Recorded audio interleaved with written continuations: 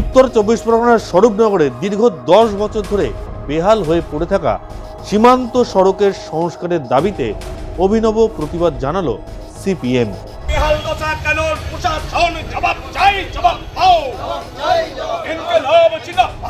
ভগ্নদশায় পরিণত হওয়ার রাস্তার উপর ধানের চারা পুঁতে বিক্ষোভ দেখান স্থানীয় সিপিএমের নেতাকর্মী এবং স্থানীয় বাসিন্দারা। তাদের দাবি, বহুবার প্রশাসনের দ্বারস্থ হলেও এখনো পর্যন্ত রাস্তা সংস্কারের কাজ শুরুই হয়নি। স্থানীয় সূত্রে জানা গিয়েছে, কৈজুরি থেকে বালতি নিত্যানন্দ কাটি গ্রাম পঞ্চায়েতের এলাকায় প্রায় 50টি গ্রামের বাসিন্দা এই রাস্তার উপর নির্ভরশীল। স্কুল কলেজের পড়ুয়া, কৃষক, নিত্যযাত্রী থেকে শুরু করে সীমান্ত এলাকায় চলাচলকারী সাধারণ মানুষ প্রতিদিন এই পথ ব্যবহার করেন।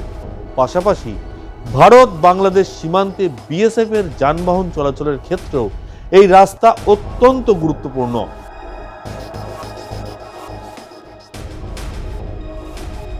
অভিযোগ, 2023 সালে প্রায় 7 কিলোমিটার রাস্তা সংস্কারের জন্য 60.8 কোটি টাকার প্রকল্পের প্রস্তাব তৈরি হলেও বাস্তবে কাজের কোনো অগ্রগতি হয়নি।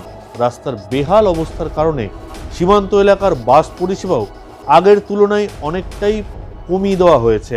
ফলে প্রতিদিন চরম দুর্ভোগের মুখে পড়ছেন কয়েক লক্ষ মানুষ। 15-20 বছর ধরে রাস্তা ঠিক নেই, রাস্তা চলতে পারছে না। মাঝে একটু কাজ করেছিল, ঘোরাঘুরি করে চলে গেছে।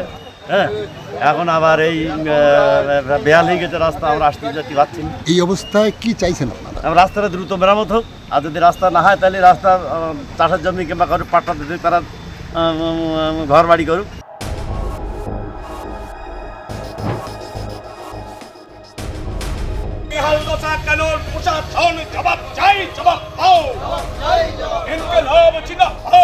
আপনার পুজো পৌঁছে যাক বিশ্বের দরবারে।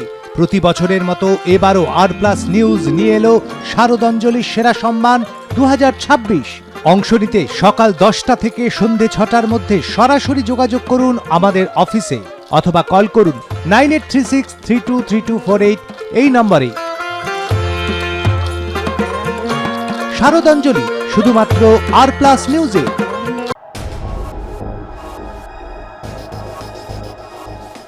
বিক্ষোভ কর্মসূচিতে উপস্থিত ছিলেন সিপিএম নেতা হামাল উদ্দিন আহমেদ, শফিকুল সর্দার, রকিব শাহাজি ও দীনেশ চন্দ্র মণ্ডল সহ অন্যান্য নেতাকর্মীরা। উল্লেখ্য, বামফ্রন্ট সরকারের আমলে সীমান্তবর্তী এলাকার প্রত্যন্ত অঞ্চলের যাত্রীদের কথা চিন্তা করে DN35 রুটের বাস চালু হয়। 2017 সালে তৃণমূল সরকারের আমলে সোনাই নদীর ওপর ব্রিজটি দুর্বল হয়ে পড়ায় সেই বাস পরিষেবা সাময়িকভাবে বন্ধ করে দেওয়া হয়। পরে সোনাই নদীর এপার দিয়ে বাস চলাচল করত।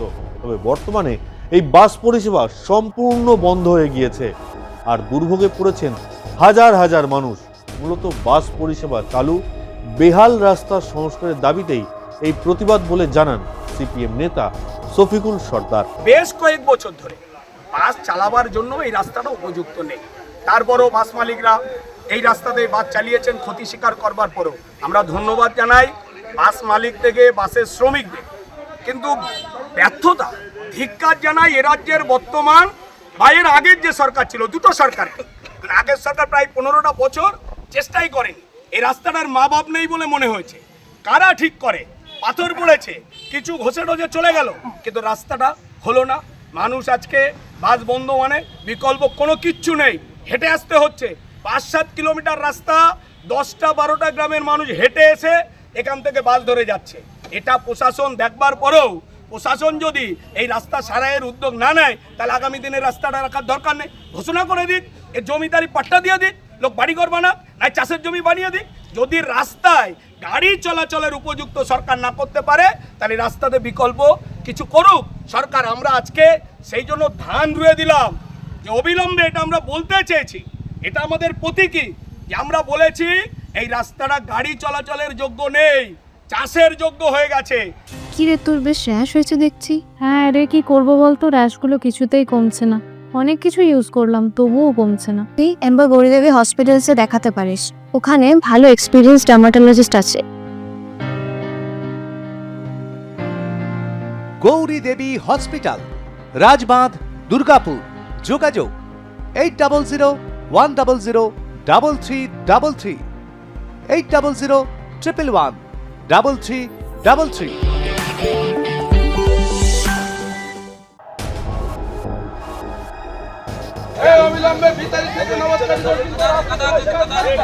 আন্দোলনকারীদের দাবি অবিলম্বে সীমান্ত সড়কের সংস্কারের কাজ শুরু করতে হবে, না হলে আগামী দিনে আরো বৃহত্তর আন্দোলনের পথে হাঁটার হুঁশিয়ারি দেওয়া হয়েছে।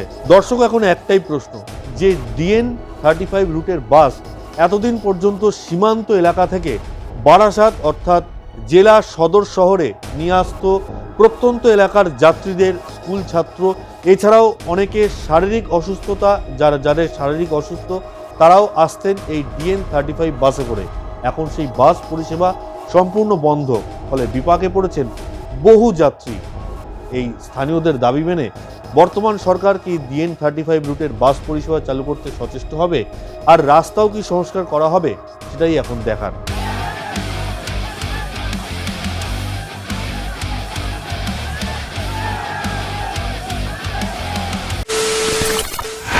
খবরের নামে প্রতিদিন সন্ধে আপনার ড্রয়িং রুমে কি শুধুই চিৎকার চেঁচামেচি খেয়ে আসে?